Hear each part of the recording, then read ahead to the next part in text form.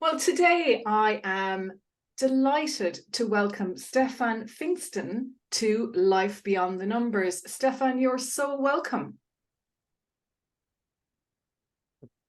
Thank you, Susan. It's an honor. Like I said before, it's an honor for me to be here. Great. So Stephan and I came across each other on LinkedIn. No one introduced us. Stephan reached out to me about something entirely different. And yet here we are. And I think that is just a testament to the power of networks, that you can just reach out to somebody and then start a conversation. So today we're going to go, I don't know where we're going to go, but I know where we're going to start.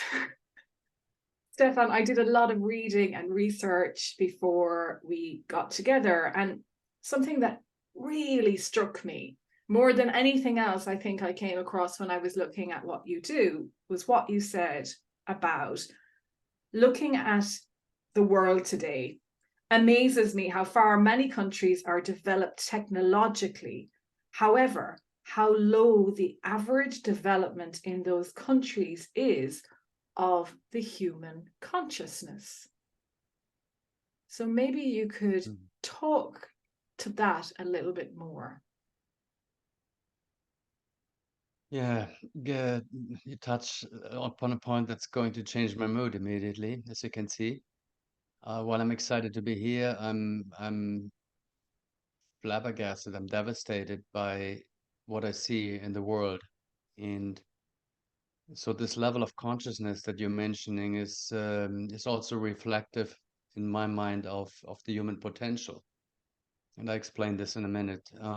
So when I see a human being killing another human being, I'm going to cry. When I see, and I'm really going to cry, when I see a baby in Africa or in any other place of the world, it doesn't only happen in Africa, dying from starvation, I cry. And I'm convinced we have enough material value and wealth that this wouldn't be necessary. And this is not to blame anybody that they're not being responsible with their wealth, but as a human race, we're not doing enough. Or we're not capable of doing more. I think that's a better way of putting it. And so that, and then how we in Germany, in Italy, and I'm not sure about the UK, how we treat and hold animals, on 1 square meter of room, we keep pigs all their life longs, and these are intelligent beings. They suffer their life long. We have no right to do that. People who keep them, they can only do that if they're completely detached from their heart. So I won't take too long. So to me, there's two crucial points in the human development. Number one is a solid connection to your own heart space, because that's where empathy sits. And we humans are capable of being empathetic. My son corrects me when I say it's only a human privilege to have that capability. He would say some animals have that too. Yeah, maybe that's possible, but humans definitely have it, and we don't use it enough. Because every time I kill another being, I'm not in my heart space. Otherwise, I couldn't do it. And anytime I order somebody to kill somebody else, I'm not in my heart space. So looking at Israel and Palestine or Ukraine, Russia, Africa, all these wars, if we were to be in the human and in Jesus consciousness, we wouldn't be doing that. That's number one. And the second thing that people can learn to do is to connect to the universe, to the quantum field, so to energy before it takes form. That's something I teach in my classes, and I think it's very important to do that, because if you connect to a higher intelligence, you will only develop products and services that serve the universe. You wouldn't be developing, drinks that have a lot of sugar and destroy babies or little children's teeth. You wouldn't be doing that. Yeah, so I guess that's I'm stopping here, so I won't take up all this space. But basically, and of basically an development in all of the chakras, of the human chakras. But to me, I'm focusing very much on the heart chakra. I wouldn't want anybody to be able to use the connection to the quantum field if they're not first, you know, settled in the heart space, because otherwise you can imagine if people learn how to deal, how to manipulate the climate just because they want to make more money, it's another disaster. Totally. And as you're speaking, there's so much, Stephan, and it's almost overwhelming, to think about all of those things or any of them in isolation. And maybe if we bring it closer to home in one way, I always think about workplaces and our work lives, and how many are in that heart space in an office or in leadership where bullying and micromanagement and conflict and competition are wholesale. So if I am in a workplace now, what does it mean to connect to my heart space? How do I look for signs that I'm doing that or that others are? Is there a way? Um, you know, I think a lot of very smart people, Ken Wilber and some other people, have demonstrated that survival of the fittest, as Darwin thought, uh, you know, that it got us here, is not true. Because probably even the humans wouldn't have survived. We were not the fittest at the time. We couldn't fly, we couldn't run fast. There's a lot of things we couldn't do. And many people show there's some other intelligence, and they call it love, that wants certain developments, certain species. And um, so that's one thing. So our business environment is to me is on a dead end, dead road, because it's about more competition, more fierce competition. We see the consequences, burnout, and so on and so forth. Now, people who are already highly sensitive and or empathic, they are not being incentivized in most of the today's businesses, which to me is one of the problem. And so that's one thing. How do I know when I'm there? I know because, and this is also what I'm counting on, because then if I in my heart space and I connect to that, I connect through to my heart to the universe, and then I'm being flooded with the unconditional love, and then I need nothing else. And I believe all the leaders that right now are very much separated, and separation is all we're seeing, we're striving for. And so people get into higher positions that are good in separating and getting ahead on somebody else's expenses.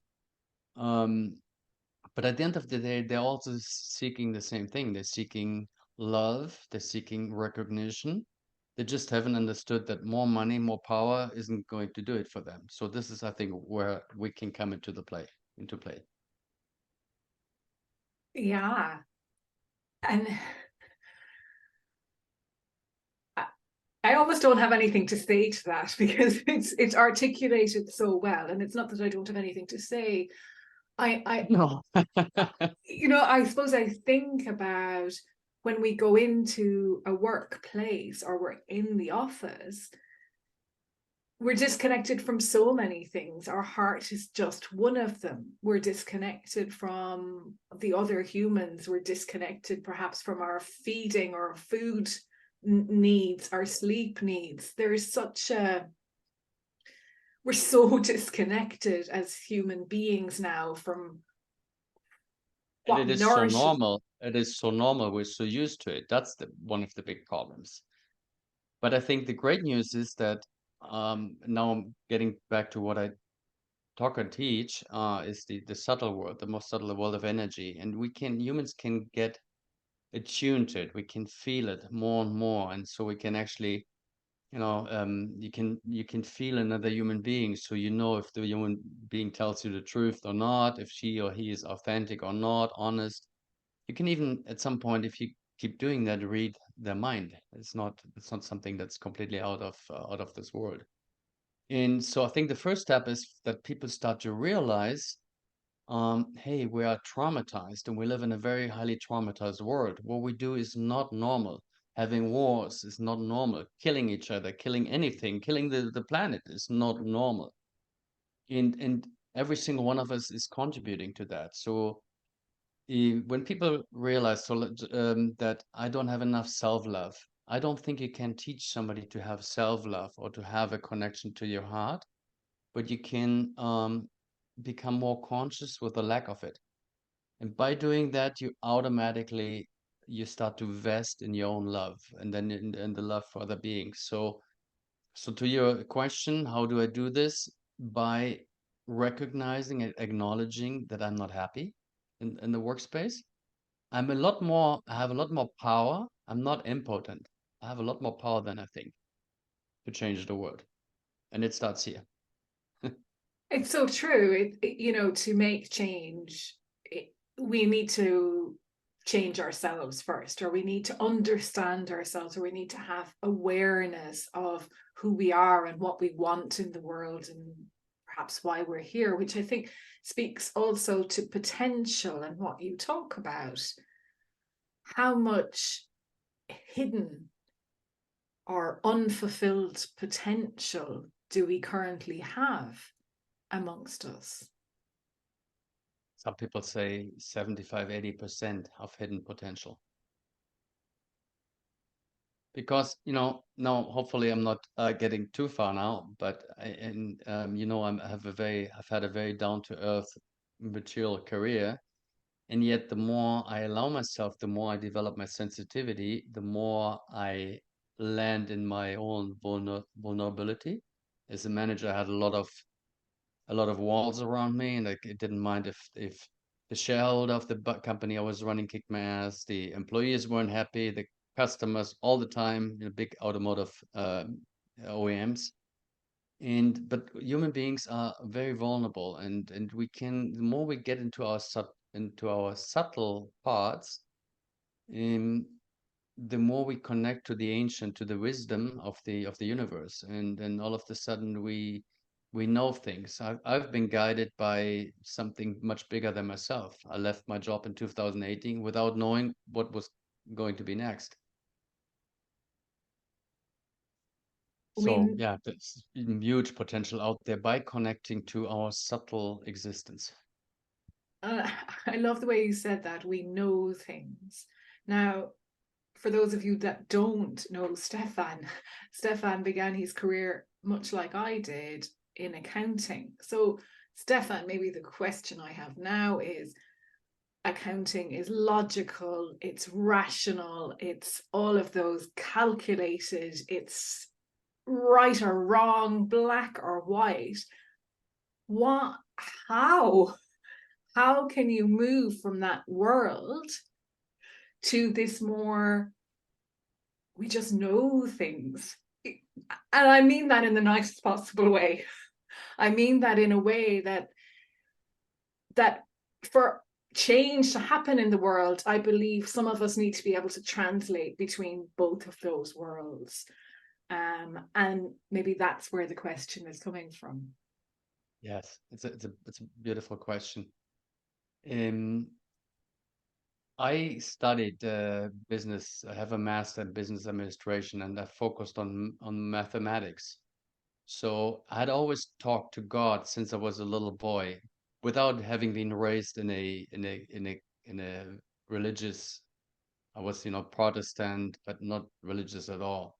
But I had talked to God from very early on, and during my studies, at some point I went, 1 + 1 is 2. God, does he really exist? It's not possible. So I got into this, what I call a trap, into this scientific trap. And then much later on, my son did some work on something very similar for his, I think, a religion, in religion or something. And he quoted Albert Einstein, who had said, when you start becoming a scientist, you don't believe in God. You stop believing in God. After you have been in a career for a long time and you're a senior scientist, you start believing in God again, because there's so much we cannot explain. And so all of a sudden, it does make sense. And so to get back to your question, I had two careers. I got interested in the human potential at the age of 28 in San Francisco while I was a CPA. So two completely uh, different things. And I had read um, about high levels of consciousness from Ken Wilber, and I didn't know what he was talking about, but something inside of me knew. I said, oh, that's where I want to go. It took me 10, 15 years to have my first big, what I call awakening experience. And by that, I mean, opening up yourself to higher, to other dimensions, other existence, higher intelligence, the subtle world, which we're all part of. And to some people, this might sound crazy now, but more and more people are getting there, and more evidence for that. In quantum physics, they realize there is no material. So in some way, we're an illusion. This is an illusion here. And so yeah, and for many years I had both worlds. I had the business world, and I had a very quick career, and I was going, let me have this career.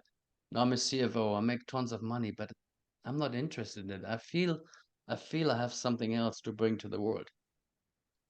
And it didn't make sense for another. I was in my 40s when I became a CEO. And interestingly enough, I became a CEO for an American business, which usually they never make a CFO become a CEO because they want in an operational world where there's engineering and manufacturing, they want an engineer. I was a number cruncher. And but I said, God, I see the culture doesn't work out here, so help me. I need to become CEO. They need to make me CEO. 2 months later, I was CEO because the previous CEO had screwed up. They asked me, they had a lot of faith in me. And then I stayed in the job for more than 10 years. I actually oversaw a couple of businesses in the UK also, in Birmingham and in Harlow, close to London. And so, yeah. And then it made sense to me because now that I could work with people finally, and I could work on the culture, I could help to develop them, and the company became profitable. And that shift from the focus on numbers to the focus on people, was that difficult for you as well, or were you ready for it? And can you do both? Can you look at numbers and people together? How do you become profitable? Yeah, I think very similar to you. First of all, I became an accountant only, but I didn't realize that until much later because I believe that my soul, so not in terms of in religious terms, but in terms of energy that carries information. So I believe we all have a mission in this life, and we carry the information. Most people forgot to have access to that. And so I went to San Francisco and I became a number cruncher just because something got me there. If I wanted to go to San Francisco, if it had been something else, I would have done something else. But numbers came easy to me. I liked it. I had a quick career and I became a CPA. And I still think numbers are important to understand things. So it's good to be able to read statistics. It's very good to be able to read financial statements for companies and so on and so forth. So yes, you can do both. And you and another example, you also do both. And when there's a tension between that, though, I think maybe that's one of the things in the world at the moment. The focus is often profit at any cost, which is often a human cost and a hidden cost at that to the human psyche. But if we look around the world, 80% of people at least are unhappy at work. And unhappy is a catch-all phrase. I mean, they're going through the motions, they're putting in the hours, they're not gaining satisfaction. Happiness isn't the right term for that. But what they're also doing is leaving their potential untapped and possibly even doing themselves disservice because like anything that gets, if you stop learning, if you stop driving, you don't know how to drive. So if you Yeah. stop believing you have potential, how does it even come back? And I think maybe the question is, where can the world, and this is a big question, so it's more of an exploration, where in the world, or where can the world see that it isn't just about profit at any cost? Mm. It's a great question. I believe that COVID, the COVID virus showed us what was going wrong. It showed us how quickly the environment can recover when we stay out, like in the Bay of Venezia, Venice. The dolphins came back quickly. Um, and it's interesting, we experts keep have been telling us for 10, 20, 30 years that we're going towards a huge wall, but we don't care because humans only care when it's right in our neck. Like the COVID virus, we got all freaked out, got scared. But for the environment, and like you said, there's a hidden cost to being profitable if you don't consider all stakeholders, and Mother Earth is one of the stakeholders.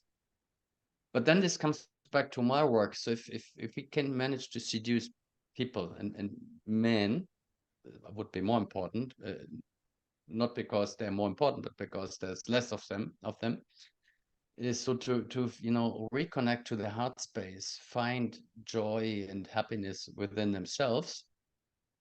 By connecting back to your body, you automatically connect also to Mother Earth. So you cannot pollute her because you realize she's part of me.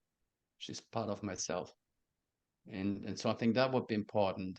Cognitively, everybody should have gotten it by now that we're destroying Mother Earth and we're destroying climate and so on. But for some reason, we're not doing anything. It is fascinating, isn't it? I think what you say is cognitively, yeah, we all get it. And okay, there are people who deny it and so on, but even they probably at some level understand it.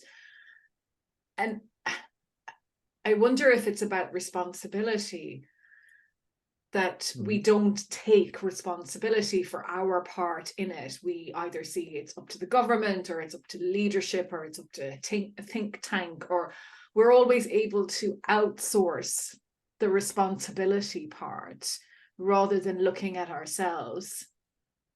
Yes, and I think this is where we get back to the quote, the initial quote of what I'd said about, it's interesting. We're so in the developed countries, we believe we're so developed in technology-wise, we are. But in terms of social intelligence, we are far behind many indigenous people, many African people, maybe. We could learn so much from them. So why is that so? I believe this takes us to the discussion of trauma, of collective trauma. So again, a person that is not in their heart space is a traumatized person. You're not born like that. You close your heart due to a traumatic experience. And trauma, the way it's being, widely used now, is not something huge happening to you. Trauma is any experience that overwhelms your nervous system in the given moment. And what happens is this comes back to the subtle world now. It comes back to energy. So energy has no end and has no beginning. Energy comes from the quantum field into this world of material, expresses itself, and then goes back. When an emotion that we feel, like fear or something else, gets interrupted, we get overwhelmed, we disassociate from the experience, from the emotion, and the related energy doesn't get to express itself. So what happens? It keeps sitting in your body. So in the world of 3 dimensions, it's the past. I got traumatized, so what do I care? In the world of energy, it's energy that's still sitting there, that's trying to release it. So all of us carry a lot of undigested past, undigested trauma from the past, collectively and individually. And so I believe that most of the leaders are heavily traumatized, but they don't know because their ego keeps them surviving. More money, more power, more money, more power, you know. And it's normal. They're normal, because they've survived. And as you were talking there about energy, I was also thinking, Stephan, if energy, if we're holding that energy, we're also repelling it because it can't move through. When there's new stuff coming at us, we can't receive it because we've got blocks from. Exactly. Yep, that's very beautiful description. That's what happens. We all have, if we didn't have those blocks, all of us, we would have automatically, it's like energy could flow. It's like just water flowing through you and bringing fresh information all the time from a higher level of intelligence, from the universe, from the divine, whatever you want to call it. But since we all carry these blockages, we don't feel it anymore. And we have that connection when we come here first, but then we lose it and we can regain it back. We can. And I'm just trying, I'm thinking about the person listening to this who thinks these two people are woo woo and they have gone off on a tangent. And not on a tangent, even. They've probably stopped listening, those people as well.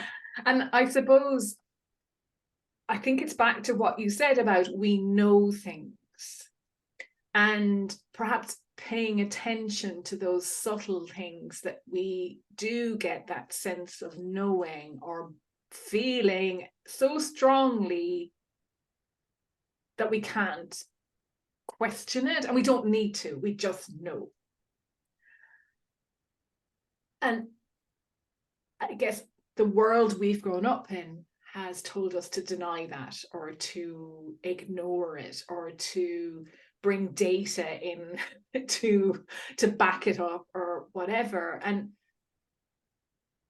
I don't even know where I'm going. I feel like it's so freeing to know something, and maybe paying attention to that, or keeping a little record, doesn't have to be a little record, but keeping some form of reflection on those things that you just know is a way of moving forward, or unblocking energy, or believing that there is something else out there. It's, you're absolutely right. And I don't want to mess up your podcast. So hopefully that's not happening. And again, I had a career in this three-dimensional limited world, which we call normal. And but I believe, and there's a lot of evidence. So for instance, you talked about intuition, knowing from your heart space, and we all have that when we come to this world. And then, we have an experience and we feel a certain way, and mommy says, no, no, no, no, you're wrong, you're wrong. And we depend on mommy. So over time, we lose the connection to our soul's information, to our intuitive capability, because mommy says, or daddy or somebody else says something else. So we're in conflict for a while, and then we forget where we came from. A lot of people still have that, but they don't trust it. Yeah. And so the secret is, and science has shown that in our heart and in our belly, we have the same kind of cells that we have in our brain. They can think, they can remember, and more importantly, they feel. So they're actually superior to our brain. And then also studies show we can synchronize. You can synchronize your brain with your heart and have a huge neuronal system. And which is then you would start with talking using the human potential, because then you have a huge system connected to higher intelligence. And so this experience of doubting, so a lot of people have one feeling here, and then the brain says, nah, forget it, you're crazy, you're stupid. Absolutely. And we idolize, maybe for want of a better word, but we put our brains on a pedestal, and perhaps see our body just as a means of transport for said brain. rather than a source of intelligence or multiple sources of intelligence. And it's, the brain is beautiful. It's the mind. So the mind, and if you're honest, then most people, they don't control their mind. Their mind controls them with all these fears and anxieties that come up. And also there, it's good to understand, the biology and the history of the human species. The mind, the anxiety is good and used to be very good when there were tigers and lions around. But now it's not needed as much anymore. But still, it does a purpose. The mind doesn't want you to grow.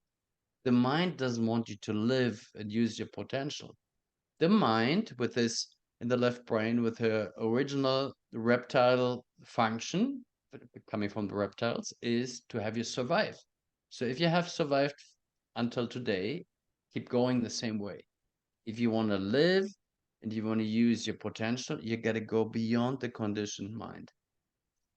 Which seems to me like an absolutely perfect introduction to leaders who want to lead more effectively. And what you just said there sums it up so well. Yes, you've survived to now doing what you think is normal and however, and yet there's so much more potential for you and those that you work with to explore.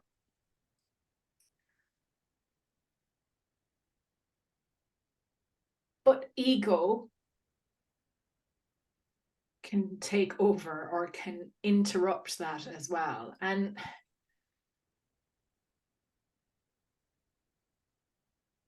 do people not want help? Do people want help that is specific about the numbers or the growth of the business as opposed to the developing inner potential? Where is the tension there between the outer growth and the inner growth? It's a brilliant question. Well, number one, I believe that the ego, and this, of course, the more successful you are, the bigger the ego is. And so this is in oftentimes in your way, because in order to develop the potential, it needs some courage, because you need to face your undigested past. So there was a good reason. As a baby, as a young boy, I couldn't face the emotions, so I detached from it. Now, in order to free myself and free up the energy, I need to relive. That's my experience, at least. I need to relive that emotion. It's not difficult at all, but your mind keeps telling you, if you go there, you're going to die. Plus, men are conditioned to be tough, to be unemotional. I'm happy to read to see that in the business world, beyond the cognition, beyond the mental world, now it's more acceptable to have an emotional world. But I was told many times by my bosses, "Hey, come on, don't be so emotional." But if I tell you don't be so emotional, Susan, what am I telling you? I'm telling you to not be authentic. Because if you have an emotion and you're not supposed to have it, so what happens? And also telling someone not to be emotional. Emotional is a catch-all for like 2,000 types of emotions. Do you mean don't be so passionate about my job? Or what you're really saying to me is don't be so sensitive, or don't be so negative. We also associate that word emotion with things we don't want, when actually a lot of our emotions are, we won't get out of bed in the morning without feeling some sort of emotion. Exactly. And even anger is a big topic. A lot of people have dissociated from the anger, especially women, because for men, maybe some men consider it even sexy if a man you know, acts on his anger. You don't want to see a woman in our societies. That's completely unsexy. So women need to repress anger. I believe we're all sitting on tons of repressed anger, everybody, because every time in your youth, as a baby, when you you want to express yourself, you want to explore, and somebody holds you either verbally or physically as repressed anger. And the person is stronger, so you cannot express it. So you have to uh, uh, um, repress it to not feel it. And so yeah, I think that's something we need to. It's the first step is so to allow emotions, allow yourself to feel your rage, your frustration. Allow yourself, and then the more you allow yourself, the less likely you're going to react in a funny way, in the wrong way. The more you try to repress it, the more you're going to burst out when it's not called for. So And then true. when you come from you allow yourself to feel your emotions more and more, and you start not being in your head, you start being less in your head, then you also start to connect to your energy. You start to feel the frequency of rage. You start to feel the frequency of shame. Shame is a big topic in our societies, and so on and so forth. We have no problem feeling the frequency of joy and freedom. I don't know though. One of my guests one time said, if you don't know how to experience and feel anger and rage and all of those, how do you know that you're fully experiencing joy and happiness as well? Because maybe everything is being reduced, the frequency of everything. We need that contrast too. And I thought that was an interesting point. Yeah. At least I believe you're going to keep yourself in those lower frequencies most of the time, because the energy that couldn't express itself that we mentioned before is going to try to free up. So it's going to send out vibrations, and those vibrations get into our brain as thoughts. So that's why people have thoughts all the time, or emotions. I think we all know a situation where all of a sudden I'm really sad and I don't know why. That's my undigested past speaking to me. Depression is, to me, is not, no, somebody's going to kill me, but depression is not a disease. Depression is nothing but repressed emotions. And if we keep them where they are, they're going to prevent us all our life long from being able to fully breathe, to fully express ourselves, to fully utilize our potential, to connect to bigger spaces. It will not be possible because we are pressing something we need to stay repressed. So I don't share the video, Stephan, because you do so many wonderful movements with your body there as well. You speak with your body like I do, I think. And so one of the things I wanted to ask you is in your classes. So you mentioned a couple of times that you do classes. So people come to you. Do the before and after. What happens? Mm. Mhm. Yeah. Well, I'm just having an Italian class of 15 people. I don't take more than 15 people in my 12-week journeys. I call them journeys. So they all come already being conscious of the lack of self-love. They feel they have a mission, but they don't know how to get there. And so the first few days, the first 3 weeks, I keep telling them is when you want me dead more than once, when you want to leave the class more than once, because you're going to meet yourself. You're going to meet yourself in all and more depth, and then eventually, by learning how to stay with yourself, which is the most difficult part, you eventually going to from deep within yourself, um, you seeing your own life with different eyes. Compassion for yourself starts to um yeah, almost give birth to self-love, and then you start loving yourself from within. You see that the way, with your situation, your life situation, your parents, you had to be the way you were, and we have compensations to trauma. So if I don't get attention, I compensate that, and I push into a center of attention all the time, or some other things we do, or taking drugs, drinking alcohol, usually are compensations to trauma. So by just telling people not to do it, you're not going to go anywhere. So that's what they learn in my classes. They get to know themselves better, and by connecting to the trauma, they also opening up as your other guest said, they're opening up to more potential, and they have experiences in other dimensions of the consciousness usually. Thank you. I've like so enjoyed this conversation, Stephan, and